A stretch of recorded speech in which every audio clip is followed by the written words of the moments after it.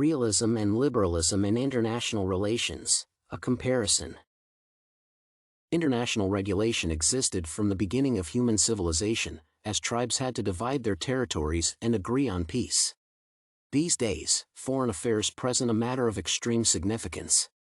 Each country has its interests and intentions, which are highly likely to interfere with each other. Such a conflict may appear to be the cause of a war, leading to a world disaster. For this reason, international regulation is the aspect which has drawn the attention of specialists. International relations theory is a discipline that aims to analyze cooperation between countries from a theoretical perspective. Currently, the most widespread schools of international relations are realism and liberalism.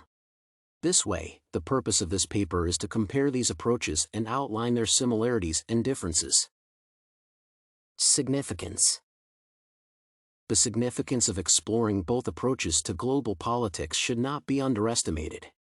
For instance, realism, focusing on national security, stimulated the development of military forces in the countries, which appears to be an integral part of the protection of boundaries.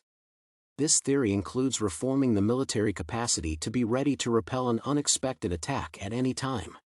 Realism contributes to becoming prepared for any disasters and threats, which is extremely important nowadays when the likelihood of starting the next world war is apparent in case of any incaution in global politics. Interestingly, liberalism may be a sufficient addition to a realistic perspective, as it covers a broader range of aspects, such as cultural cooperation between states. Moreover, it supplies some soft power methods, which are beneficial for conducting a successful strategy in international relations. Each interference of interest cannot be solved by applying only military methods, and this approach supplies effective nonviolent measures. This way, the combination of both theories may contribute to succeeding on the world stage. Differences. The main difference between approaches concerns the participants of international relations. According to realism, states, that imply rationale in discrete political organisms, are the major partakers. Only states have a legitimized law for declaring and pursuing wars, concluding international agreements, and other procedures. The direction of policy between countries is determined by powerful states, which are capable of supporting and violating stability. They do what they can, while less powerful ones have to obey these circumstances. That is why great states may sacrifice the interests of less influential countries. Liberalism is opposite to this perspective and concedes pluralism in actions on the world stage. In addition, this theory claims state preferences play the leading role in determining international relations participants' behavior. Furthermore, realism marks the anarchical nature of world cooperation. Each participant intends to defend their own goals, which is why the primary incentive for countries on the global stage is their national interests. Supreme power in international relations does not exist, so countries have to stick to the principle of helping only themselves. By contrast, one of liberalism's focal points involves the statement that international relations are outside the framework of national security and include cooperation via commercial organizations and private actors. Therefore, this theory does not support the idea of anarchy and insists on a more complicated organization in the system of global affairs. Another difference addresses the goals of world cooperation, and realists intend to secure the state from rivals and achieve their own interests on the world stage. Such a determination implies the building of military forces for the realization of the aims.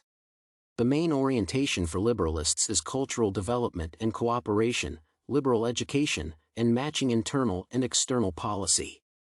These intentions predominantly include peaceful measures, such as a combination of hard and soft powers, to benefit the international society. Similarities. Nevertheless, it is possible to find some approximate similarities between both approaches. Even though realism accepts wars as a method of solution to a conflict, it considers this measure a last-ditch means. Although liberalism is more opposed to military collisions, both theories mark the inadmissibility of wars, especially caused by minor occasions, and the necessity to maintain universal peace. However, it is worthy of note that realists are more likely to appeal to military forces in case of threats to their national security. In addition, liberalism also recognizes the significance of protecting the country's borders and particular interests, but it is not the focal point of its adherers. Focusing on cultural, commercial, and other forms of cooperation between countries, it does not underestimate national security too. Comparing the two theories, it is evident that realism implies concentration on this issue to a larger extent. Conclusion. Today, international relations are becoming increasingly significant from year to year. Both realism and liberalism provide strategies for conducting successful global politics, however, they include different perspectives.